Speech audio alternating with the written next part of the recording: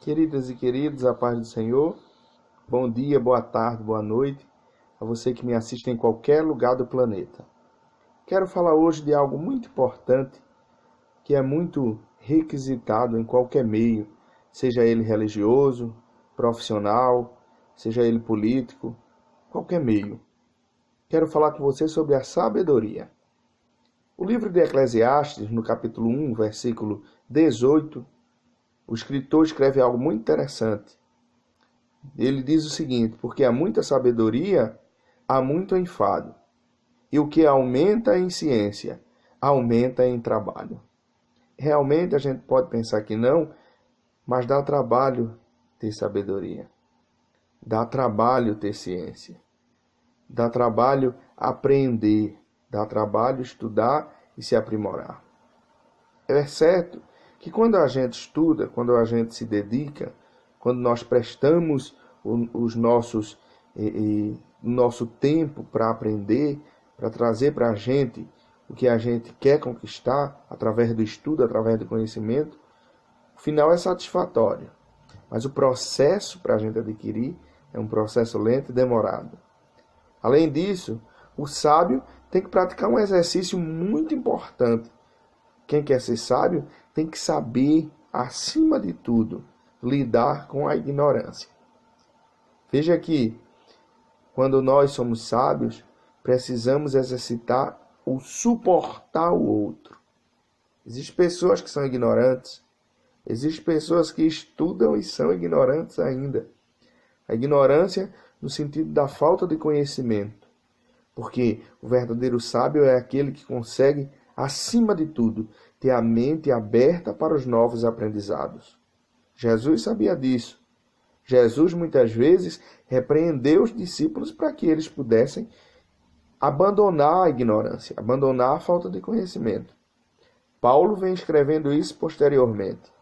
Citando ainda o exemplo de Jesus, se detendo ao exemplo de Jesus, certa vez, João, que era o discípulo do amor, que é o conhecido como discípulo do amor, perguntou a ele se podia orar para que descesse fogo do céu e consumisse os ímpios. Jesus sabia que os discípulos não estavam preparados.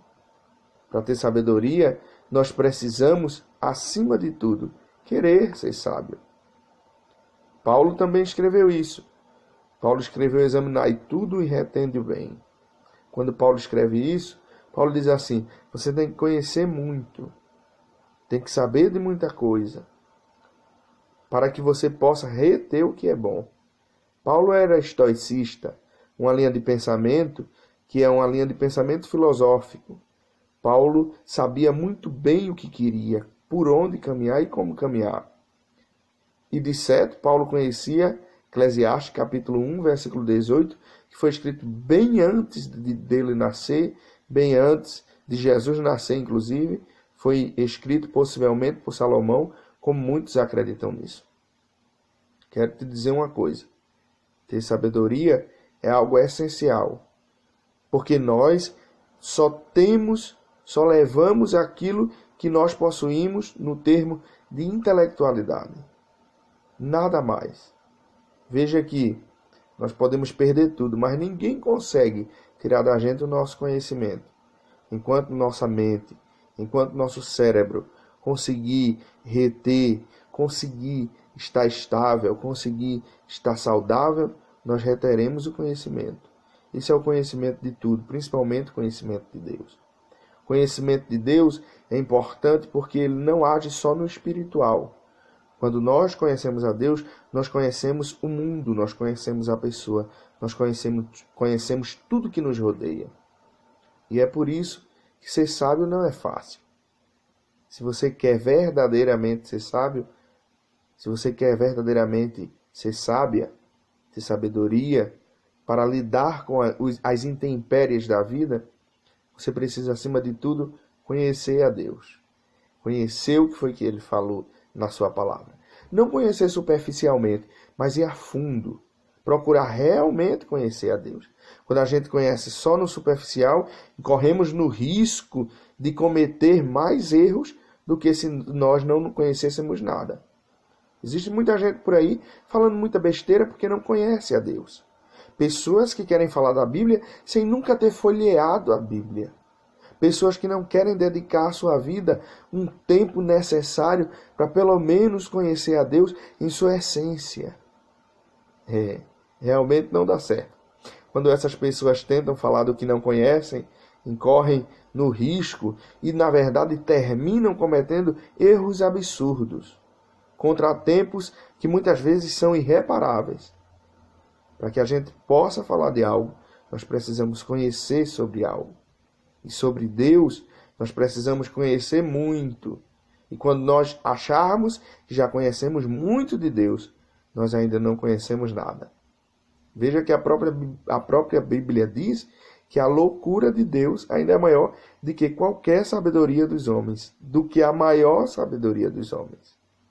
Então, mesmo que o homem saiba muito, que tenha avançado muito, que tenha chegado a patamares exorbitantes, inimagináveis, não conhece Deus e nunca conhecerá nem a sombra da sua totalidade.